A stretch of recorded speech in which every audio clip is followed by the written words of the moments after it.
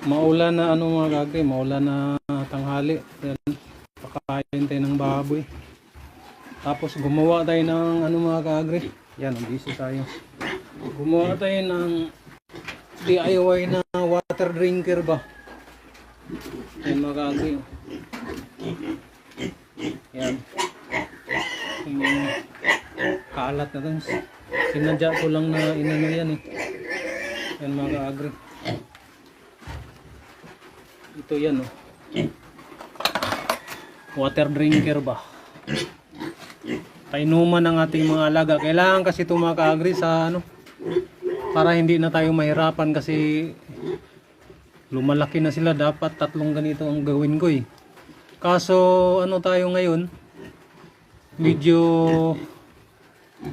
naghabol tayo ng oras, kailangan magamit kaagad. Kaya isa lang ano natin mga kaagri,